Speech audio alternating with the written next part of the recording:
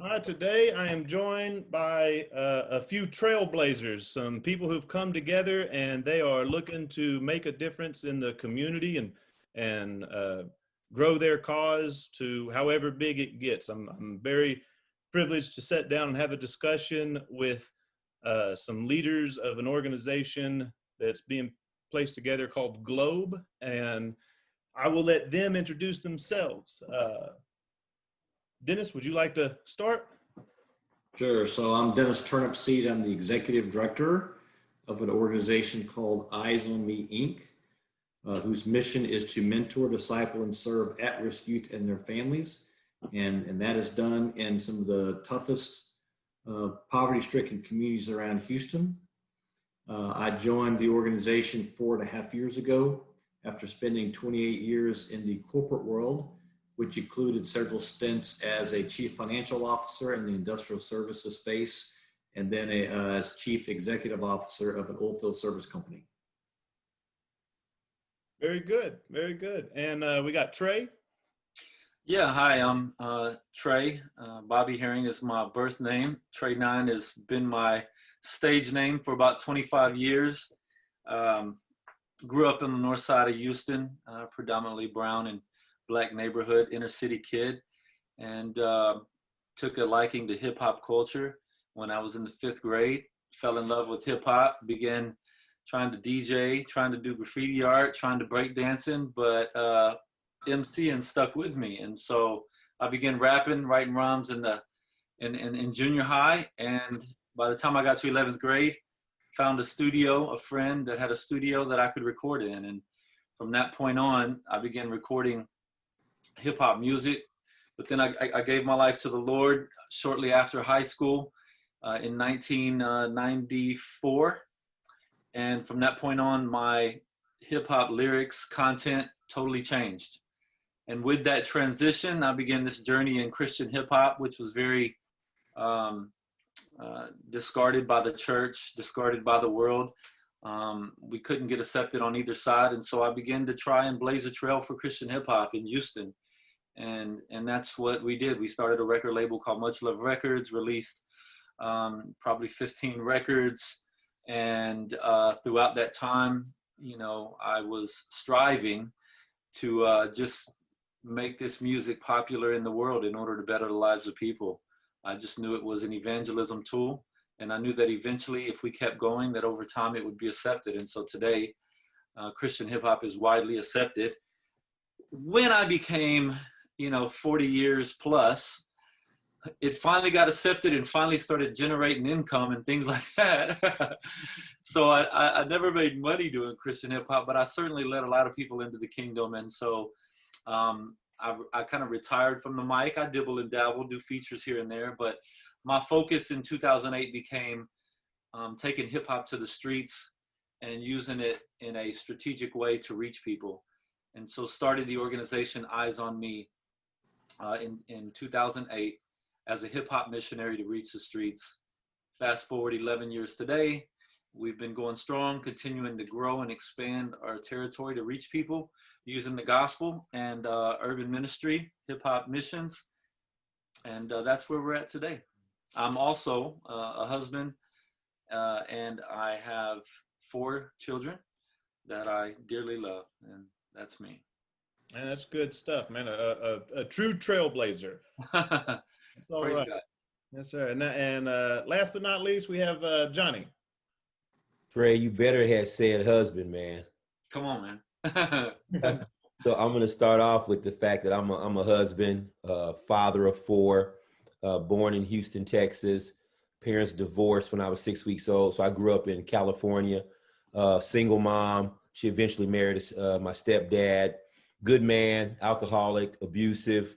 So I grew up in the California streets, had 1 foot in the streets and 1 foot in church. I got caught up in gangs in the early 80s and got blessed to get a scholarship to play college football in San Jose at a school called Santa Clara University over in Silicon Valley. Played ball there, got hurt, went back to drug selling. Dropped out of college with 2 classes to go to finish my bachelor's degree, went to prison in California in '94, and came out and wanted to turn my life around, running from the law, but wanted to turn my life around. So I moved back to Houston to get to know my dad, who is a native Houstonian, 5th Ward native, and had a experience and encounter with God in 1996 in Walker County Jail in Huntsville, Texas, where I was charged with an aggravated crime, 2 aggravated cases they were trying to stack on me that I did not commit. I had committed some crimes, but this particular one I did not commit, and I was facing a 50-year prison sentence. And it was there that I made God a promise that if he established my innocence and proved that I didn't do this particular crime, that I would serve him all the days of my life. And so 6 years later, my innocence was established. The case was dismissed. I got married, started a family, and felt a calling to gospel ministry, and got licensed to become a preacher, became a certified drug counselor, worked with ex-offenders coming out of prison and treatment alternatives to incarceration for guys who were having drug cases. They'd come to our program, and we would give them drug treatment as an alternative to going to jail. Downtown, a program called Make Ready. And then fast forward, I've got into vocational training, helping men and women, low income, coming out of prison, get into jobs, get into vocational skills. Worked with the homeless mission downtown, a large mission center, as a life management counselor, and then started a church in 2004. Felt a call to start a church, and with that, we started a nonprofit called Community Works CDC, where I serve as CEO. Our mission is restoring Northeast Houston through faith-based programs that promote at-risk youth services, workforce development, and economic revitalization. So we serve one of the poorest communities in Houston, the North Forest or Homestead Road area. The North Side is how we say it in Houston. And so I've been pastoring a church and serving that CDC, doing a little business stuff on the side. But that's kind of where I am now, and met Trey 9 through partnership as we adopted a couple of apartment complexes, very troubled apartment complexes in Northeast Houston, and did ministry together there, some hip hop hope, and really bringing transformation to the Northeast community. So that's it in a nutshell. Okay, that's good. I was that's a lot to unpack. So you mentioned how you and Trey hooked up. How did Dennis come into the process? How did the group actually start?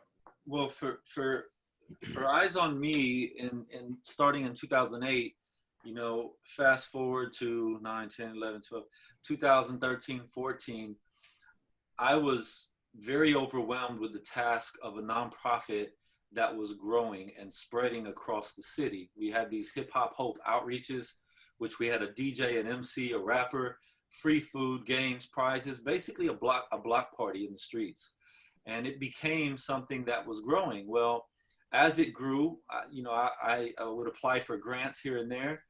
And I had gotten a grant to be able to hire an administrative assistant and 4 part-time employees. So I found myself having to back off of being in the streets, being with the people, being the visionary and the ministry, and involved in the ministry, hands-on. And I told the staff, I was like, look, y'all are going to have to do this work. I've got to handle the day-to-day of a nonprofit now. And I wasn't excited about that because I came from owning my own commercial janitorial company. And I told God, I said, God, I don't want to be in a business. I want to be in the mission field. And so God sent Dennis through a board member that was on our board named Doug Orr. And Dennis showed up to 5th Ward one day, looking lost as ever. And I'll let him take it from there. Trey's right. God had put on my heart many years ago in the church when I was teaching Sunday school that kids don't seem to have much of a relationship with Jesus and didn't really know Jesus. And God, really convicted me that if we don't pass down, the gospel to the next generation, Christianity is only one generation away from being extinct. And so God put that on my heart, but I wasn't sure how that was going to be fulfilled. So in 2015, I was running this oil field service company, and that had been my lifelong career dream to be a CEO of a company. And I got there, and then God has such a great sense of humor. He made it very unfulfilling for me. And I would sit there in the afternoons, some afternoons after I'd got all my staff assignments out, where everybody needed to go do, I would just sit back in my chair and think for a few minutes, is this all I'm going to be doing the rest of my life? And just felt like that was not what I needed to do, that I was made for so much more, but I didn't know what that was. And so in 2016, at the bottom of an energy cycle, I was driving home one day after a rather contentious board meeting, and God literally called me out on my vehicle on the Sam Houston Tollway at Memorial Drive heading home. He just very clearly and audibly asked me if I was ready to come build his kingdom. And right there, I just surrendered completely to him and said, yes, tell me what you want me to do. And so a week later, I found myself unemployed. I went and retired, resigned from the board, retired from the corporate world, and just said, okay, Lord, I'm ready. And so as Trey mentioned Doug Orr, I had a meeting with Doug and just told him, I'm not sure what I'm supposed to do next, but I feel like it's ministry related. And he said, well, why don't you go check out what the organization's doing in the 5th Ward? And I remember asking him, I said, man, that's a dangerous place. Do I need to bring a gun? Protect myself? Because I'd never been to the 5th Ward. I've always heard about it. And he said, no, as long as you show up there for the right reasons, God will protect you. So I went out to the 5th Ward one night looking for Trey 9, and en route to finding him, I ended up in this parking lot where Hip Hop Hope was going on. And all of a sudden, all these ex-gang members and ex-convicts start coming up to me with grills and chains hanging and tats everywhere, but they started loving on me, and they were just so excited to tell me how Jesus had changed their life. And so as I'm getting to know these men that I've never been around in my life, I kind of look to one side of the parking lot, and I see this Christian rap artist, and he's got probably about 20 kids sitting in chairs off the streets, and he's teaching the next generation about Jesus. It was right there that I felt convicted, and I just kind of laughed, and I said, I think this is where I was supposed to be. So I met Trey that night. We agreed that we'd go grab lunch the following week. We went to lunch the following week, and Trey looked at me straight up and said, I'm stressed. I got this grant. I'm now being called to run an organization. I don't really know how to do that. My calling's in the streets. And I looked back at Trey and I said, I've been called into ministry, but I don't know what that looks like. But I know how to do all this corporate stuff. And we really both looked at each other and we said, I think God is putting us together. And so we went, we prayed about it. I got to learn more about the ministry over the next, month or two. And we both agreed that it just made sense for us to come together to see what God had in store for Eyes on Me. And to Trey's point, at that time, I think we had somewhere between 8 and 12 Hip Hop Hope outreach events going on all over the city. So we were pretty wide. But Trey had a frustration that we couldn't go very deep. We're sharing the gospel with everybody, but once people came to know Christ, there was no follow through. There was no discipleship.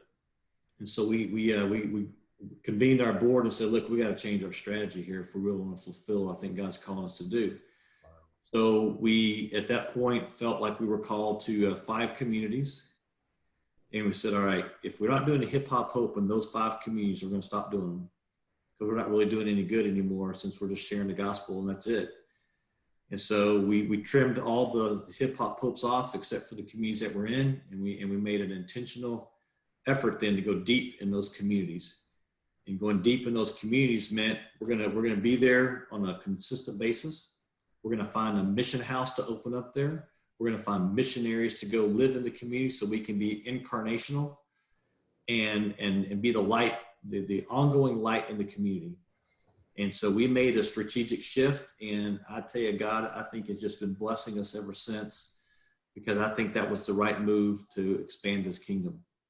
And what you see in the world today is there's a lot of evangelism, but there's a great lack of commitment to walking with new believers and helping them live out what it means to be a Jesus follower.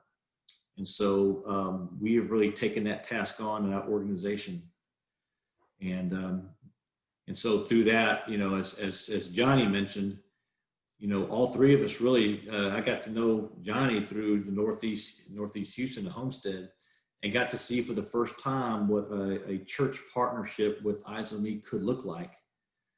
And that really started helping us in our vision from an Eyes on Me perspective of how do we continue to engage the church and communities around Houston, and how do we help churches fulfill the Great Commission that Jesus commanded when a lot of churches don't know how to do that.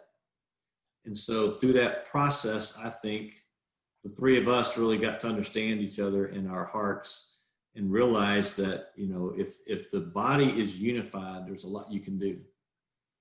And so we've really taken that early model of church and Eyes on Me coming together in an apartment complex, and that's really helped lead us into how we continue to go deep in more communities.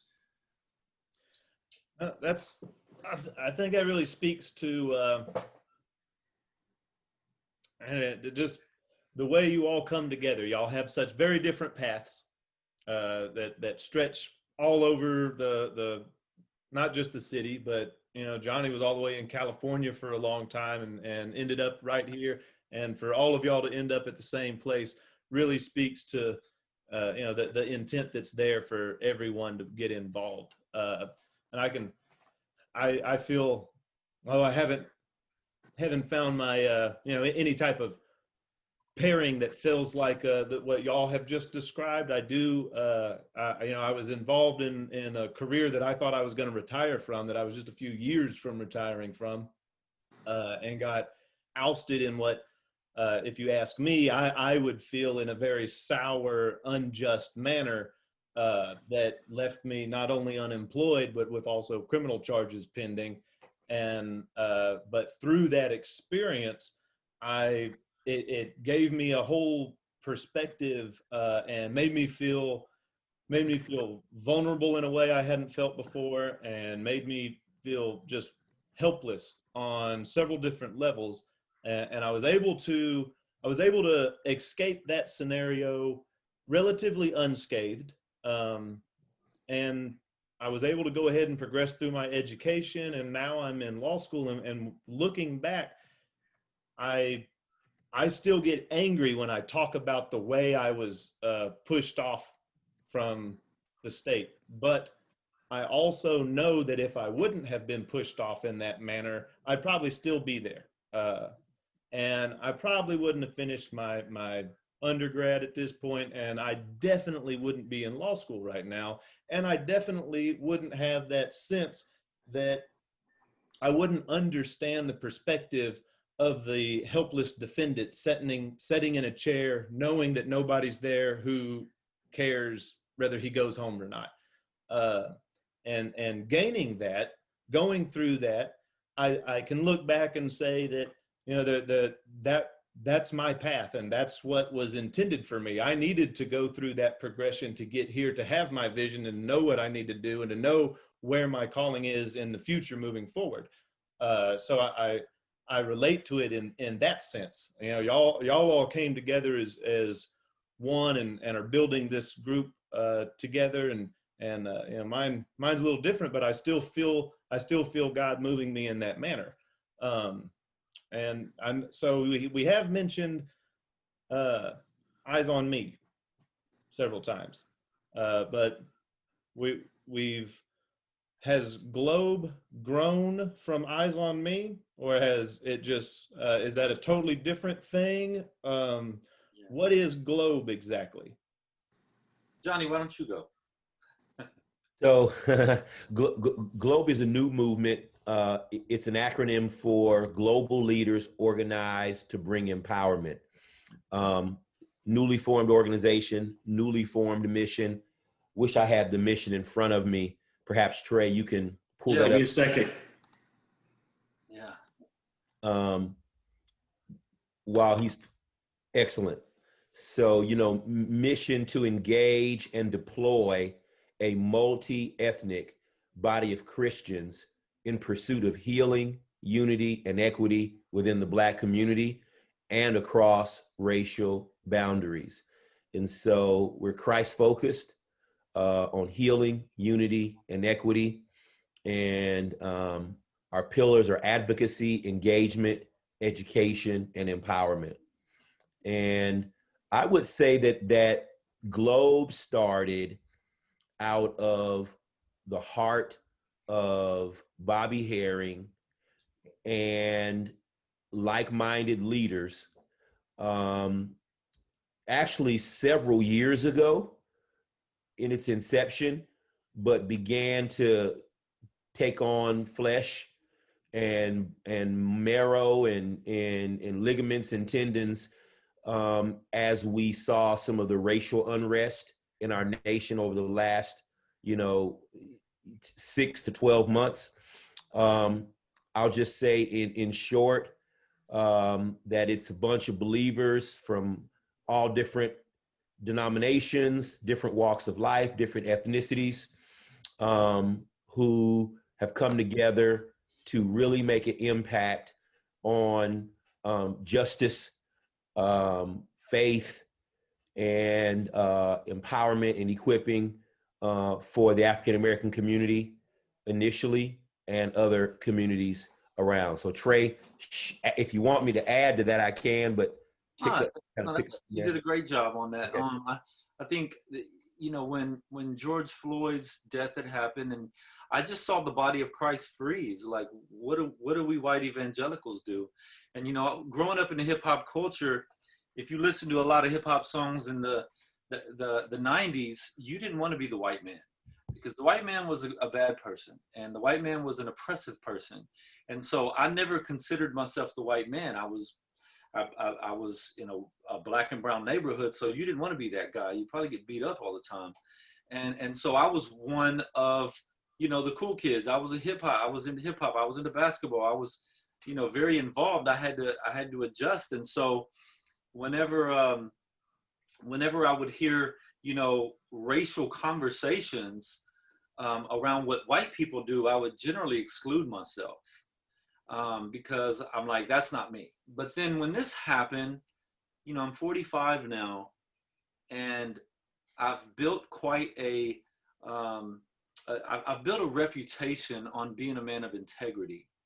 And so all these years of rapping, we're talking 25 years in the community, doing, performing rap and evangelizing, and then starting Eyes on Me.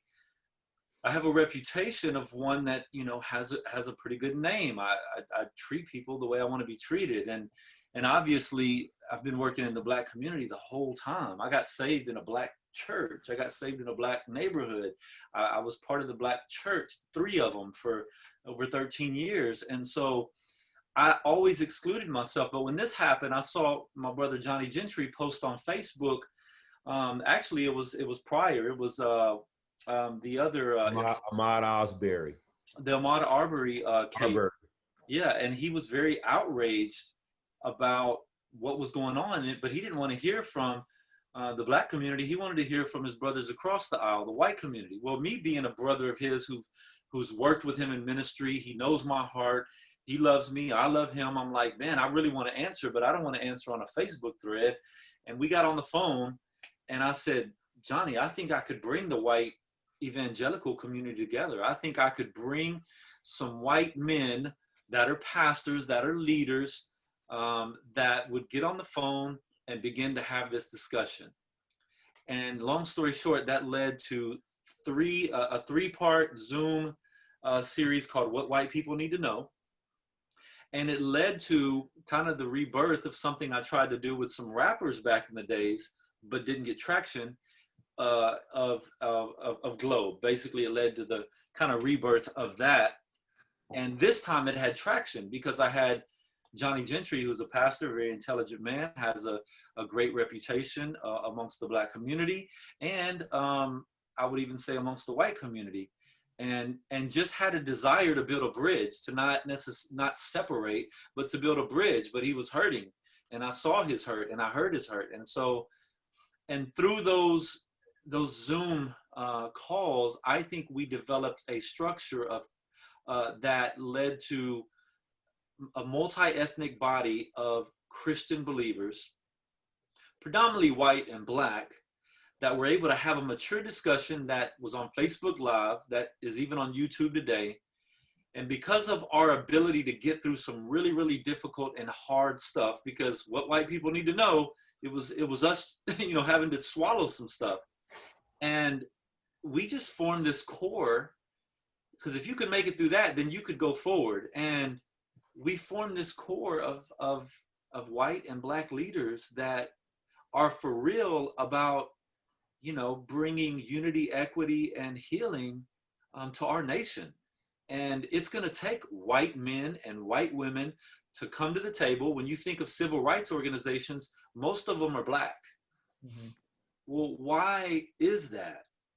I think instead of asking why, now we're asking, what about us? We have the ability to influence the next generation.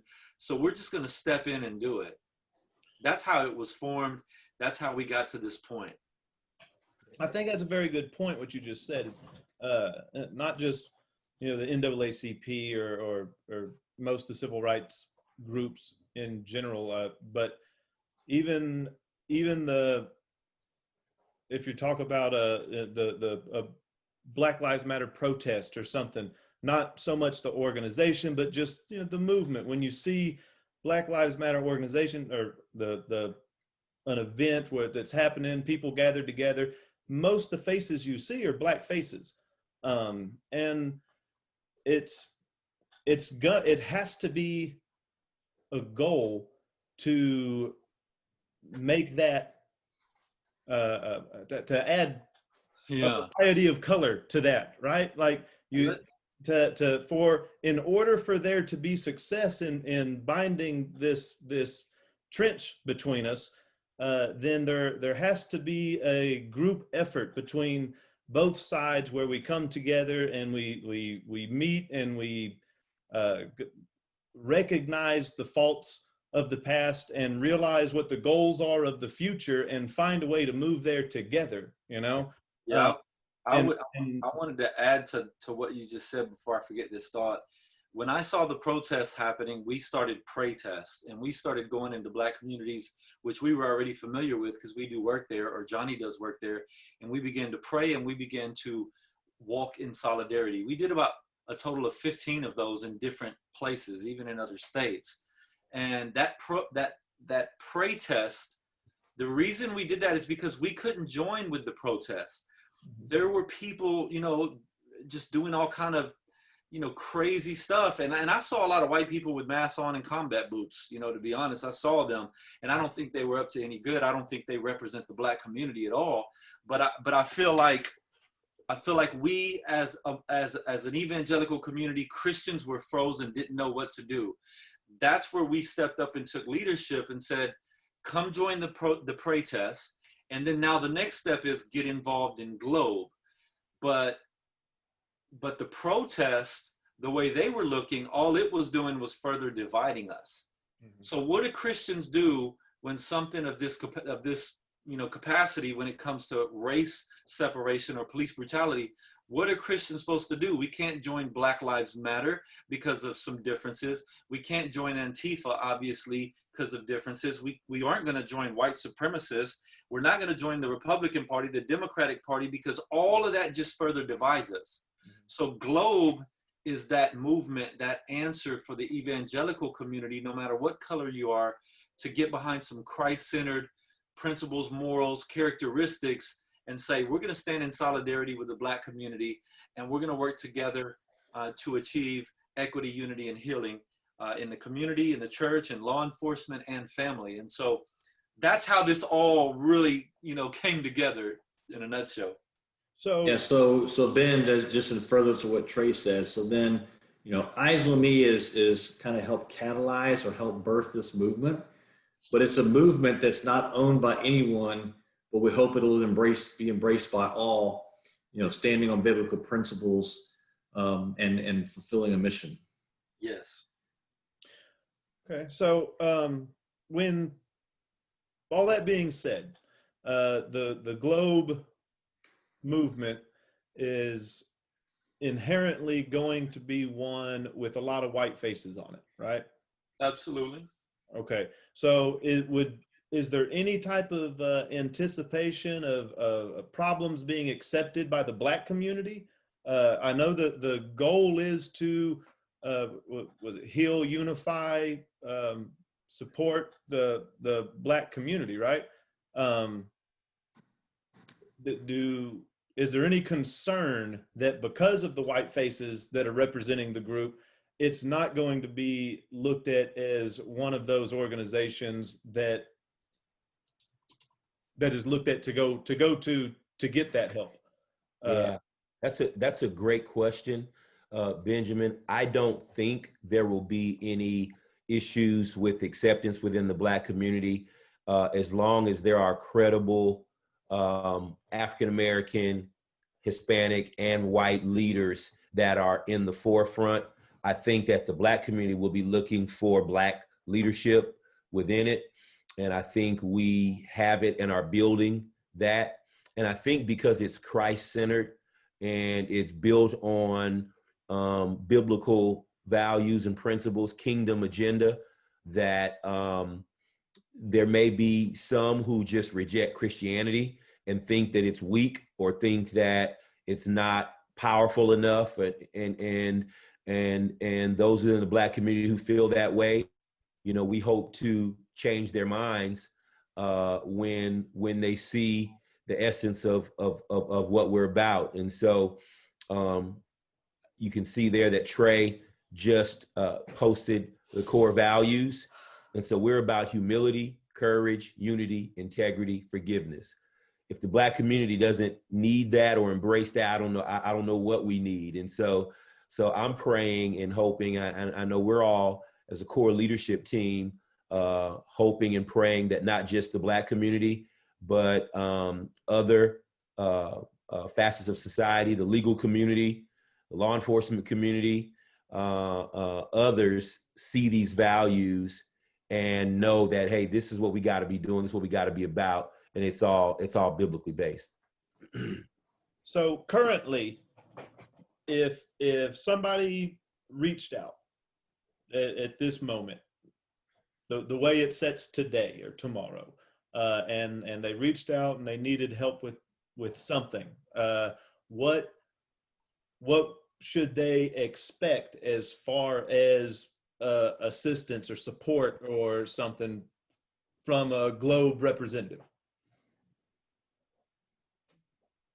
Well, first of all, because we've been, Johnny and Eyes on Me has been in the community doing frontline work for collectively over 30 years. So if you want to get your hands and feet, out there, we got a place for you. We got advocacy that you can get involved in right away. You just got to kind of determine what area, what neighborhood, so to speak, that you want to be in.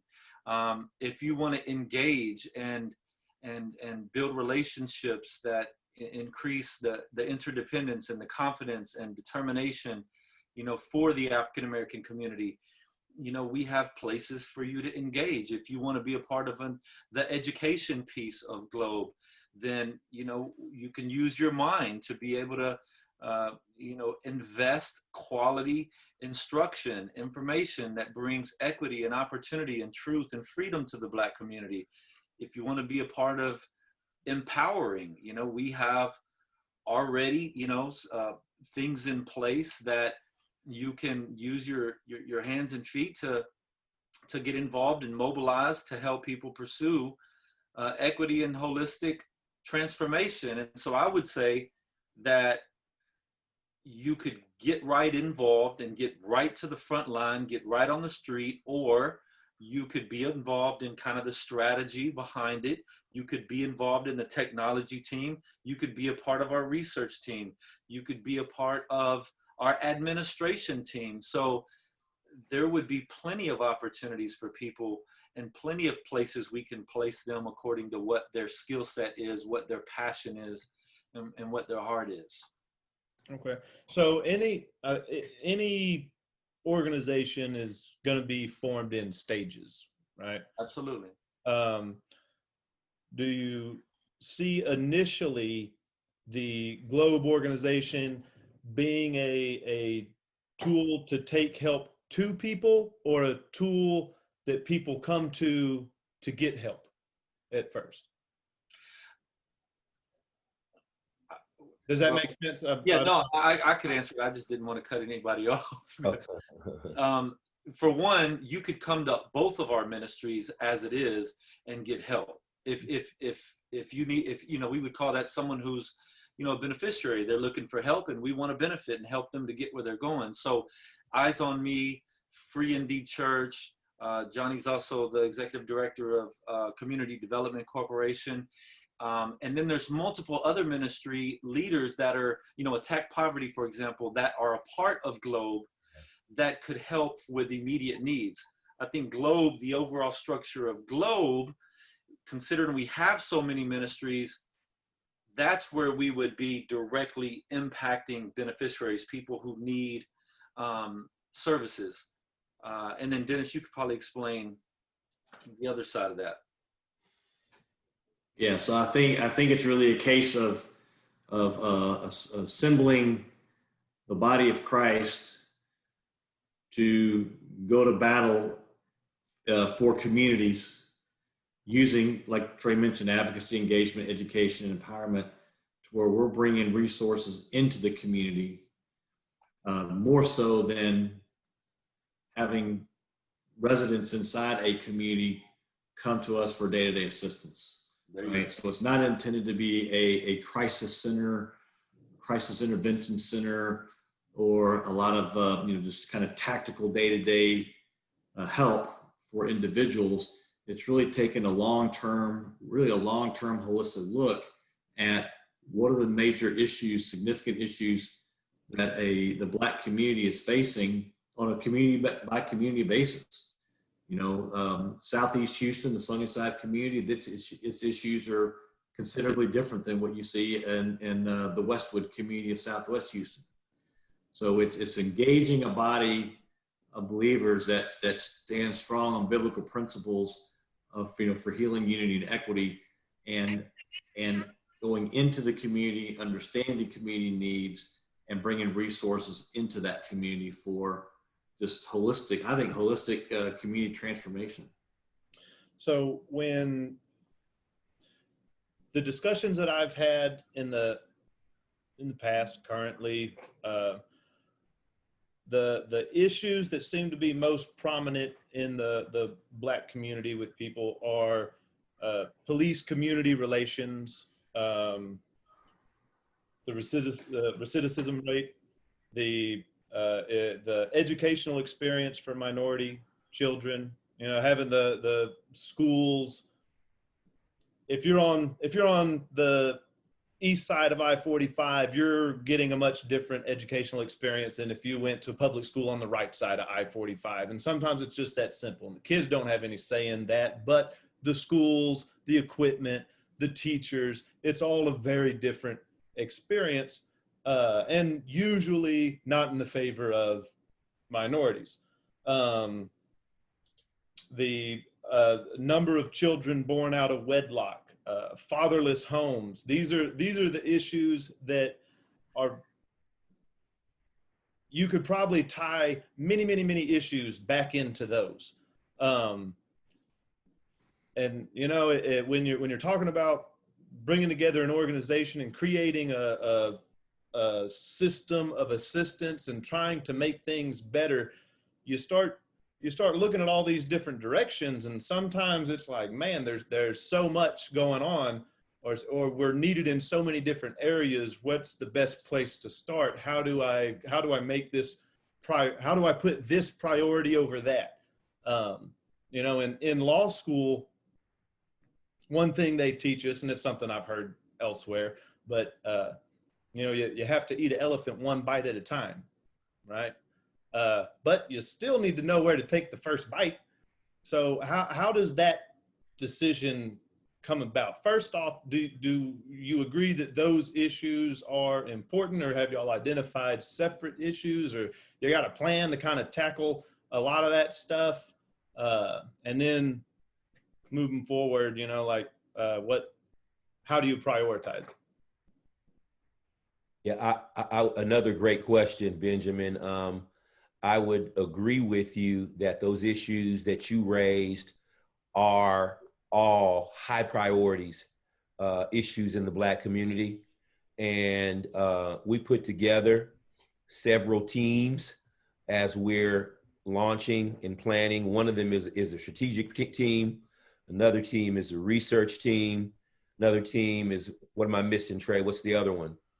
Research, admin, technology, education. And so all these teams are working together with some pretty smart, committed people to inform our strategy and to help prioritize the areas that we think we're called to attack, because there's some areas we feel we can move the needle on and set some measurables, set some deliverables, and make an impact and get results. And there's other areas that we feel we can. And so the areas of mobilization and relationships are community, family, law enforcement, church.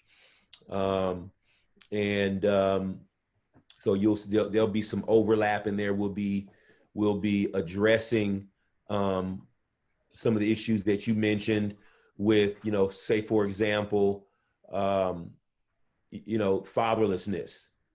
Well, through Globe strategy and through some of the partner organizations and churches and, leaders in ministries, we'll be emphasizing supporting works in the communities that build families, that build marriage, that support, for example, we run an after-school program that serves about 125 kids in Northeast Houston. Trey and Eyes on Me runs after-school programs. And so we're focusing on issues of at-risk youth, drugs, premature sexual behavior, teenage pregnancy, life skills, those kind of issues. Of course, when we start dealing with that, we get into issues of fatherhood, we get into issues of marriage.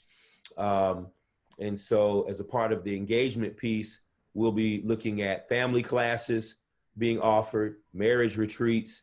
And again, this is in a formative stage. So we're literally talking about these things and forming the strategy as we speak. And so great question. That's why we're actually looking for more partners who want to come and be a part of our strategic team to help us prioritize and implement a plan that's going to get the results that we're looking for.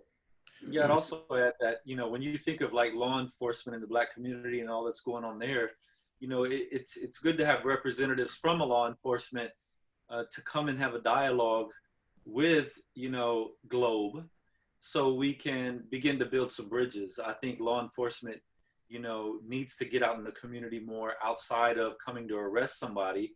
And so when Johnny can engage, for instance, Captain Greg Freeman, who's a friend of his that was the captain of his division where Johnny Gentry's church was, they begin a relationship, and they were able, that relationship exists today. And so when you can have the expertise of Captain Greg Freeman, who was over one of the largest precincts in the Houston Police Department, who came in and made some positive changes to how did he describe it? Kind of a bad police station, so to speak, or where the rejects kind of were sent, is kind of how, something like that. Maybe I'm a little. That's exactly how he described it. Yeah. Yeah. He had to come in and do some work, but represents law enforcement and is proud of, being a police officer, a retired police officer. We do that kind of stuff. We'll bring them to the table. We go to the Greens Point. We've met with the Greens Point Police Department about our ministry and our work there and said, y'all come out and let's work together. Let the kids see y'all. All they know is that y'all are bad people that arrest people, and mom and or dad says, be afraid of the police. And so how are they going to break that down if you don't get out? So we actively engage the police department to get out in the community and meet the residents, because the majority are not criminals in Black communities. That's not the majority. But if you believe the narrative, and maybe if you just listen to some rap music, then maybe you would think that. But that's not the case. And police officers, they end up seeing the criminals more than anything. Well, come meet some of the good, hardworking folks that are in these neighborhoods. Come and, meet some of these children that could really benefit from, understanding your job and what you're there for. And so Globe will bring all that together. recidivism rates. We're in the prisons and we're outside the prisons when ex-convicts get out. We're there to help them and walk them through a process of housing, jobs. We're doing that stuff already. So Globe will only strengthen that process. Education, you know, what Johnny kind of touched on, education and fatherlessness, but a lot of this stuff is going on, but Globe kind of brings a lot more minds to the table to be able to deploy more, mobilize more, and have an answer that I think society needs today, because we don't have an answer. We can't rely on government. We can't trust that Democrats and Republicans are going to fix these problems. And so I believe it's the church's job to get off of that wood seat in the pew and get our butts out and engage communities. I think you're exactly correct. You know, was watching the Democrats yell on this side of the room and the Republicans yell on this side of the room, and there's no coming together and progressing anything. All it's doing is adding to more people running to each side of the room. And if these are the people that we look for help, we're in a big mess. So what, you know, the Globe is it sounds like there's a lot of direction to it. Great intentions, good direction, building a solid foundation. What do you think the biggest challenge is to making all this happen? Go for it, Dennis. So we've intentionally kept the initial stages of Globe small in terms of engaging people. We've got about 38 members right now that are committed to the movement, and we're allowing these 38 members to kind of comprise the teams right now and make it, we're holding it tight on purpose because we want to establish a good foundation, as was previously mentioned. And, you know, if you have too many cooks in the kitchen, you lose sight of what you're doing. So we're keeping things narrowed down for now. We want to develop our mission, or, you know, our strategies, the core objectives, and through, you know, through the teams we've assembled, get a good roadmap. And then there'll come a point here in the not too distant future where then we really want to start opening things up and allowing others to come be part of something that's already started. And we've collected, I want to say, probably somewhere between 200 and 250 signatures and phone numbers, contact info of people that say, yeah, we want to be involved in this. But we've intentionally not brought all of them in yet, because we want to have the foundation firmly built and know what direction we're going. So we're trying to build on a rock versus sand. And so there'll be a point here where we're saying, okay, we feel like we've got this, we know what we want to do now. Now let's start getting bodies in there to help be the execution of the strategy. And that's, you know, one of the reasons that we're talking, right, with you is, you know, the South Texas College of Law, you know, racial injustice is a big issue right now. And a lot of that comes from, you know, systemic issues in law and order and the whole justice system. So who should we reach out to help us think about how we go solve those issues for the Black community that we want to help provide healing, unity, and equity for? Lawyers. You know, so I do believe that for every 99 crooked lawyers, there's at least one good, clean, honest lawyer. We want to find those people. That's just a joke. We want to find those people and engage the law community, engage the medical community at some point, engage the education community, and really bring people that have a heart to serve alongside of us. And so the biggest challenge for growing this movement is finding those people with a heart to serve that understand, that can come to understand the issues out there and want to be a part of something that's bigger than them. You know, and it's going to require people to, I think, to surrender themselves and serve in humility and die to themselves and know that, hey, I'm part of something bigger than me. And so I can't join saying it's going to be all done my way. We want people of like mind and like thinking and like heart here in unity to become part of this. And it's going to take time to find more and more of those people. but they do exist because we've already seen 200, 250 already sign up, say, yeah, I'm ready to go when y'all are ready. Well, how do they reach out to you? If somebody, if somebody saw this and felt the calling to come and offer their services or try to join your team, how would they go about reaching out to you? Yeah, so today it would be to contact one of the three of us, most likely.